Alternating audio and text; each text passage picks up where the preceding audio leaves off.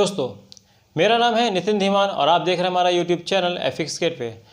हम आज ऐसे सेक्टर की बात कर रहे हैं जो कि किसी भी कंट्री की इकोनॉमी को बहुत ज़्यादा बढ़ाने में मदद करता है, और वो सेक्टर है लॉजिस्टिक्स। लॉजिस्टिक्स से आप क्या समझते हैं? किसी भी सामान को एक जगह से दूसरी जगह पर पहुंचाने के लिए जिन ट्रकों का या जिन कंपनीज़ का यूज़ होता है उनको हम लॉजिस्टिक्स कहते हैं। ऐसा नहीं है, लॉजिस्टिक्स बहुत ही वाइड एरिया है, बहुत ही वाइड सेक्टर है। हम लॉजिस्टिक्स की बात करते हैं तो हम फैक्ट्रीज़ में देखते हैं उनका सामान जो बनता है एक जगह से दूसरी जगह पहुंचाने के लिए उनको लॉजिस्टिक्स का यूज़ कर रहे हैं।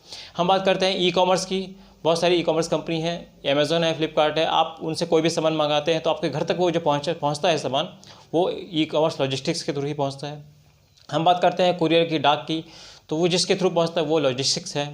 हम ऐसे ही बात करते हैं आपके जो ऑफिस है, ऑफिस में जो हमारे वर्कर्स हैं या स्टाफ है, एक जगह से दूसरी जगह पर उनको स्टाफ्स को पहुंचाने के लिए या फिर उन स्टाफ्स को उनके घर तक पिकअप एंड ड्रॉप करने के लिए उनको लॉजिस्टिक्स की ही ज़रूरत पड़ती है। तो इस लॉजिस्टिक्स आपको हर जगह पर मिलेगा, चाहे कोई छोटी जगह हो, कोई ऑफिस हो, कोई बड़ी फैक्ट्री हो, कोई भी हो।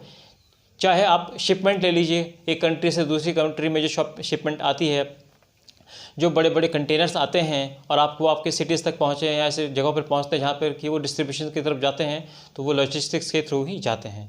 तो लॉजिस्टिक्स ऐसा एरिया है, बहुत ज़्यादा वाइड है और इसको आगे वाले टाइम में बहुत ज़्यादा बूम मिलेगा, बहुत ज़्यादा ग्रोथ मिलेगी, क्योंकि ये सेक्टर्स कभी ना बंद और कभी ना स्टॉप होने वाला सेक्टर्स है। कोविड-19 कोरोना के पीरियड में बहुत ज़्यादा लॉकडाउन के पीरियड में हर सेक्टर्स बंद हो गया था, लेकिन लॉजिस्टिक्स एक ऐसा सेक्टर है जो कि बंद नहीं हुआ था, क्योंकि आपके घरों तक आपको डेली नीड्स पहुंचाने के लिए, या आपको दूध, सब्जियां, कोई भी ऐसा डेली नीड्स का सामान होता है, पहुंचाने के लिए लॉजिस्टिक्स की ज़रूरत पड़ी थी। और वो ये ट्रक्स या ऐसे ही लॉजिस्टिक्स हमारा जो सेक्टर्स है उन्हीं के थ्रू वो सारा सामान पहुँचा था और आज भी पहुँच रहा है। तो ये किसी भी इकोनॉमी का बैकबोन होता है। इसमें बहुत ज़्यादा, लेकिन हमारी कंट्री में इसमें बहुत ज़्यादा इंप्रूवमेंट की ज़रूरत है, क्योंकि ये एक बहुत ज़्यादा अनऑर्गेनाइज्ड सेक्टर है हमारी कंट्री में। अगर मैं बात करता हूँ सिर्फ, क्योंकि यहाँ पे चैलेंजेस बहुत हैं। चैलेंजेस फेस करने के लिए हमारी कंट्री को पूरी तरीके से एक प्रॉपर वे में ये नहीं आ पाई है, क्योंकि इसमें प्रॉब्लम्स कुछ हैं। जैसे कि हम बात करते हैं डिफरेंट सेक्टर्स में, स्टेट्स में या सिटीज़ में डिफरेंट तरीके के रूल्स एंड रेगुलेशंस हैं, जो कि सामान को इधर से उधर पहुँचाने में जो लोग पहुँचा रहे हैं उनको प्रॉब्लम्स फेस करनी पड़ती है। दूसरा, यहाँ पर जो वेयर हाउसिंग है वो बहुत ज़्यादा पुअर है, स्टोरेज कैपेसिटी बहुत ज़्यादा अच्छी नहीं है, डिस्ट्रीब्यूशन से फैसिलिटी बहुत ज़्यादा अच्छी नहीं है। जो वेयर हाउस है इतने प्रॉपर अच्छी तरीके से मेंटेन नहीं है, इतना बड़े वेयर हाउस नहीं है कि जो कि सामान की कैपेसिटी को उतना स्टोरेज कर सकें। दूसरा, यहाँ पे जो स्किल्ड लेवल है या अनस्किल्ड लेवल है, अनस्किल्ड लेवल की जो ग्रोथ है वो बहुत ज़्यादा अच्छी नहीं है। जो ट्रक्स चला रहे हैं या फिर इस इंडस्ट्रीज़ को चला रहे हैं, उनकी जो सोच है या हम कह सकते हैं उनका जो माइंडसेट है वो इतना अच्छी तरह से ग्रोथ नहीं है कि वो इस सेक्टर्स को भी एक ऑर्गेनाइज्ड वे में रन कर सकें या ऑर्गेनाइज्ड वे में इसको चला सकें। दूसरा, इसमें जो मैनेजमेंट है वो पुअर हम कह सकते हैं। मैनेजमेंट की जो थिंकिंग है या फिर इसको जो चला रहे हैं लोग, वो इतनी ज़्यादा अपने आप को भी ग्रोथ नहीं कर पाए हैं।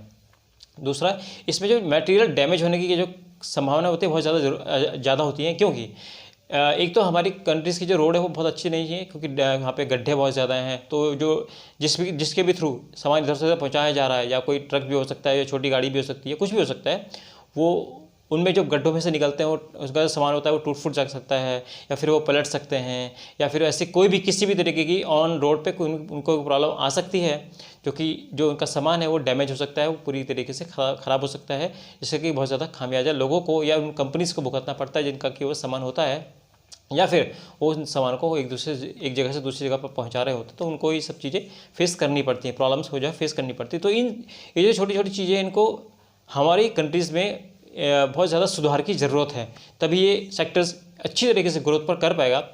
लेकिन अभी भी इस सेक्टर्स में बहुत ज़्यादा ग्रोथ हो रही है और आने वाले टाइम में बहुत ज़्यादा ग्रोथ होगी, क्योंकि नई नई कंपनीज़ भी यहाँ पर आ रही हैं। इस सेक्टर्स के अंदर बहुत ज़्यादा ग्रोथ हो रही है। अब हम बात करते हैं एम्प्लॉयमेंट की। क्या एम्प्लॉयमेंट इसमें है? बिल्कुल एम्प्लॉयमेंट है। देखिए, जब नई नई कंपनीज़ आएंगी तो एम्प्लॉयमेंट होगा, उनको लोगों की ज़रूरत पड़ेगी, तो वो हायरिंग करेंगे, तो वहाँ पे जॉब्स की संभावना बढ़ेंगी।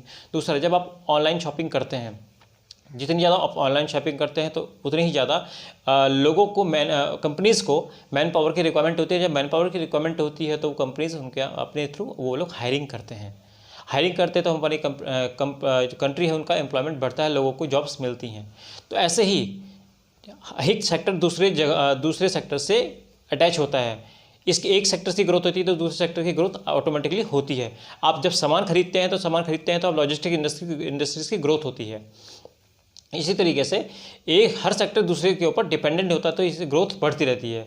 ऐसे ही नई नई कंपनीज इस सेक्टर्स में आ रहे हैं, नई नई ऐसे ही बहुत सारे हम बात करते थे कि कंपनीज नए नए व्हीकल्स लेके आ रही हैं इस सेक्टर्स के अंदर।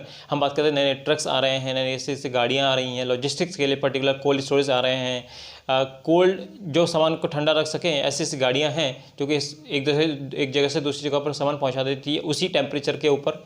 तो ग्रोथ अच्छी है। अगर आप चाहते हैं कि इस सेक्टर्स में एंटर करना, या तो आप जॉब के थ्रू कर सकते हैं या तो आप अपने खुद के एम्प्लॉयमेंट ले सकते हैं।